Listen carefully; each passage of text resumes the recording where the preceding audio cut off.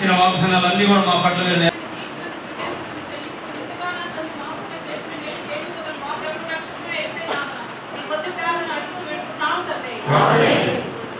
సహోదరులు ఇద్దరు సమయం పోనీయదు, బయట ఉన్న చేసి వెళ్ళాలి. వాగ్దానాలు చేసి ఆ వాగ్దానాలు నెరవేర్చున్నారు ప్రభా. నీకు కృతజ్ఞతాస్తుతులు నాయన. నీ సేవకునికి నాయన ఏర్పాటు చేసుకుని ఈ చౌటుపల ప్రాంతంలో ప్రభా నాయన నీకు స్తోత్రాలు. నీ ప్రణాళికను, నీ ఉద్దేశాలను, నీ ఆలోచనలు నెరవేర్చి ఉన్నారు ప్రభా. అయ్యా ఆత్మీయ మందిరంగా నాయన ఈ సంఘాన్ని మీరు కట్టినందుకు నీకు కృతజ్ఞతలు అయ్యా. ఈ మందిరానికి ప్రభా మీరు ఏర్పరిచిన నీ సేవకుని బట్టి నీకు స్తోత్రాలు దేవా. ఇంకా నాయన నీ సేవకుని పట్ల, సంఘము పట్ల నీవు చేయబోయే నీ ప్రణాళికలను బట్టి, నీ ఉద్దేశాలను బట్టి నేను స్తుతిస్తున్నాము. ఇంకా ఈ మందిరాన్ని, ఈ పరిచర్యను విస్తరింప చేసి జరగబోయే నాయన కార్యక్రమం అంతట్లో మీరుండి నాయన ఈ నూతన మందిరాన్ని బట్టి నీకు కోట్లాది వందనాలు. నువ్వు చేసిన ప్రతి మేలును బట్టి నీకు కృతజ్ఞతలు చెల్లిస్తూ యేసు నామములో ప్రార్థిస్తున్నాము తండ్రి. సహోదరులు, ఎంతైనా గొప్ప దేవుడు, నీతిమంతుడైన ప్రభువా, నిన్నాడు ఒకటే రీతిగా ఉన్నవాడు, అతిథి కార్యం చేసేవాడు, ఆలోచనకర్త, నీ కృపాక్షేమం బట్టి నీకు వందనాలు. సర్వమునే దాన్ని జ్ఞాపకం చేసుకుంటున్నాం. ఇంతవరకు ప్రభావ మరి నూతన మందిరాన్ని ప్రభావం ఈ దినమున ప్రవేశిస్తుండగా తండ్రి ఎంతో శ్రమలు, ఎంతో దుఃఖము, ఎంతో కష్టములు ఎప్పుడైనప్పుడు ప్రభావ ఆయన కన్నీరు బాధలతో ఉన్నప్పుడైనా ఆయన కానీ ప్రభావాన్ని ఇంతవరకు నువ్వు సజీవుల గురించి నూతన సంవత్సరంలో ప్రభావ ప్రవేశపెట్టి ఈ దినం ప్రభావ మరి ఎంతో ప్రయాసంతో వచ్చిన విడుదల బట్టి నీకు వందనాలు. వారి దినమున ప్రభావం వారిని వాక్యం ద్వారా ప్రభావ కట్టబడుతుండగా నీకు పరిగణించండి. ఈ మందిరాన్ని ప్రభావం ఏ రీతిగా దీన్ని ప్రభావాన్ని కనపరచాలో, ఏ రీతిగా ప్రభావం హెచ్చించాలో ప్రభావ దీని ద్వారా ప్రభావ అనేకులను ప్రభావ ఈ సాక్ష్యం ద్వారా దీన్ని ఇలాగ మరి ఎన్నో మందిరాలు కట్టబడినట్టు తండ్రి సహకరించండి.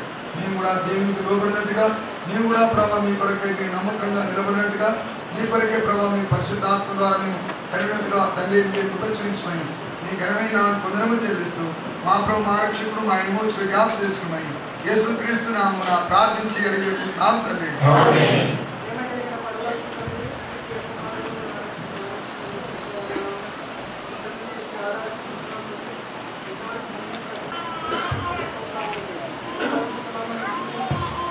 మరి ఈ మందిరం ద్వారా జరగవలసిన పరిచర్యను మరి మీరే దీవించి ఆశ్రయించుకుని బ్రతులాడుతున్నాం తండ్రి.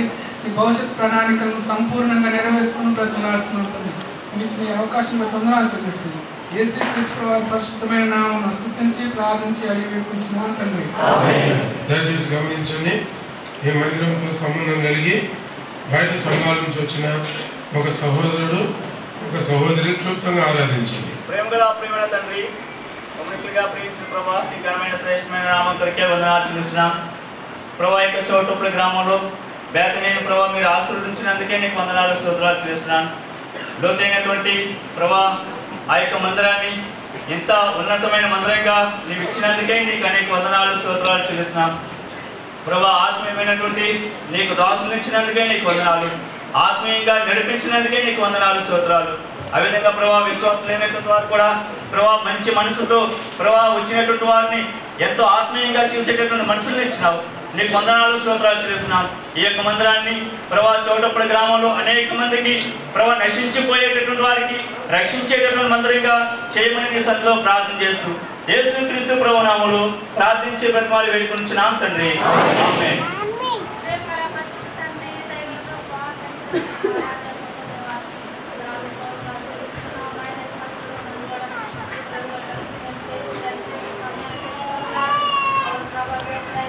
తండ్రి ఈ గొప్ప తీర్మానం యొక్క ఏర్పాటును బట్టి ప్రభువా ఈ దినము నేను కూడా నేను సేవించడానికి, స్తుతించడానికి ఇచ్చిన గొప్ప సమయానికి వందనాలు స్తోత్రాలు నాయన. చోటపల్లో ఆయన నీ బిడ్డలు ఎంతో నాయన ప్రయాసతో నాయన ఈ మందిరాన్ని కట్టుకోవడానికి మీరు హస్తాలు ఆలయ నిర్మాణానికి సహాయ సహకారాలు అందజేసిన ప్రతి ఒక్కరిని, వారి కుటుంబాలను గొప్ప కార్యాలు మీరు జరిగించినందుకే వందనములు. భౌతిక సంబంధమైన నిర్మాణంతో పాటు ఆత్మ సంబంధమైన దేవుని యొక్క సంఘం ఇక్కడ నిర్మించబడడానికి, అనేకులు రక్షించబడి దేవుని సంఘంలో చేర్చబడడానికి, ఈ చుట్టూ ప్రాంతాల్లో సువార్త వ్యాపకం జరిగించబడడానికి మీ దాసును వాడుకుంటూ వచ్చినందుకే వందనములు. తనతో సహకరించినటువంటి బాధితుల సోదరులు, సిస్టర్స్, బ్రదర్స్, యవనస్తులు, పిల్లలందరి బట్టి నీకు స్తోత్రం. ఇంతవరకు మీరు చేస్తూ వచ్చిన మీ పని అంతటికై కృతజ్ఞత నేపథ్యంగా మీరున్నందుకే స్తోత్రములు. వాగ్దానం ఇచ్చి నెరవేర్చినందుకే స్తోత్రం. నీ బిడ్డల యొక్క పరిచర్య అంతటిని కూడా ఇంతవరకు ఆశీర్వదించినందుకే స్తోత్రం. నీకే మహిమా ఘనత ప్రభావంలో ఆరోపిస్తూ ప్రభు యేసుక్రీస్తు వారి నామమున స్తుతించి ప్రార్థించి వేడుకొంచున్నాం తండ్రి. దయచేసి గమనించండి, మనం నిలబడి పాట పాడుకుందాం. కొత్త పాట పాడుకున్నాము.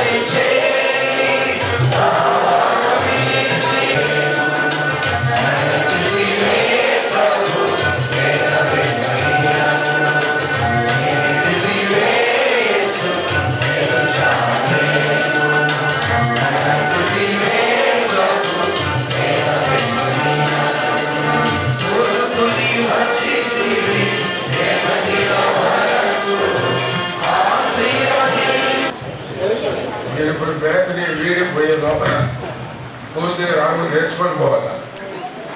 అర్థమైందా?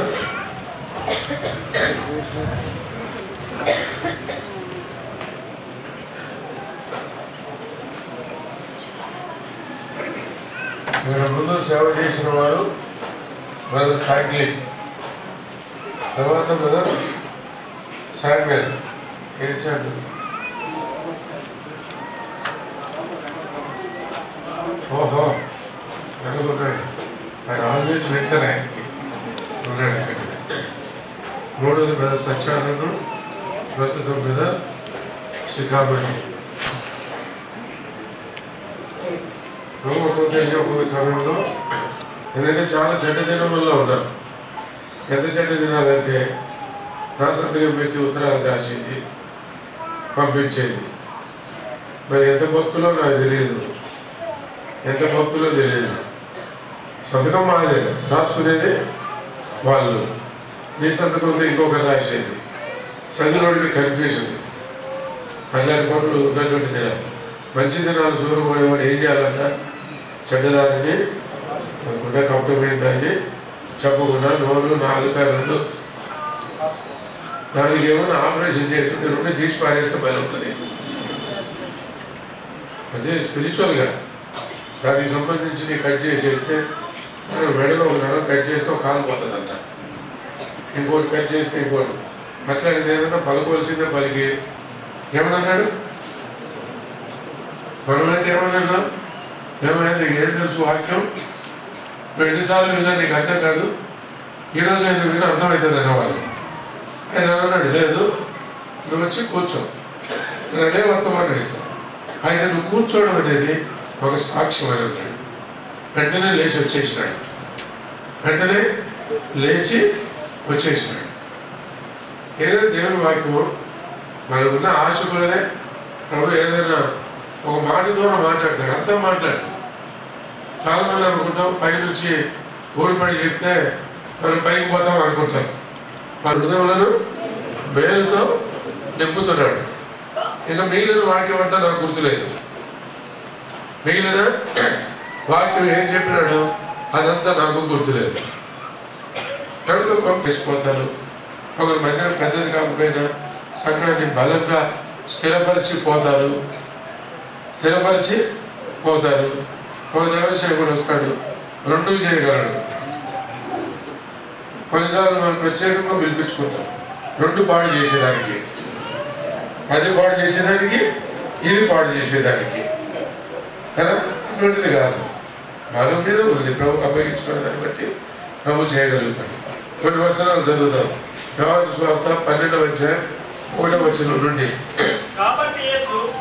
మొత్తం నువ్వే చదువుకో. మార్చి రాదా? కాంట్రాక్ట్ ఇచ్చినా ఇది ఒక్కడికి చెప్పరు. నేను ఒక వచనం, మీరు ఒక వచనం మార్చి చదువుకున్నాం. కాబట్టి యేసు తాను మృతుల్లో నుండి లేపిన లాజరు ఉన్న బేతనీయుడు పస్కా పండుగకు 6 దినములు ముందుగా వచ్చారు. అక్కడ వారు ఆయనకు విందు చేసి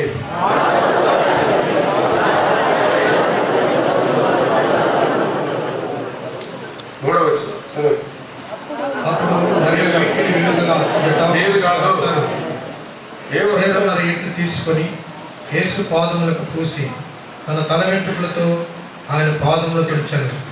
ఇల్లు ఆ అత్తరవాసనతో నిండెను.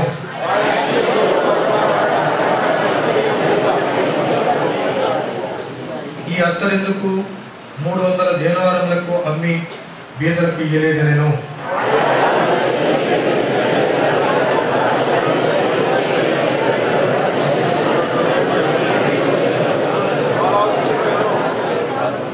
కాబట్టి యేసు, నన్ను పాతిపెట్టు దినమునకు ఆమెను దీని నుంచుకుని ఉండనీయుడి,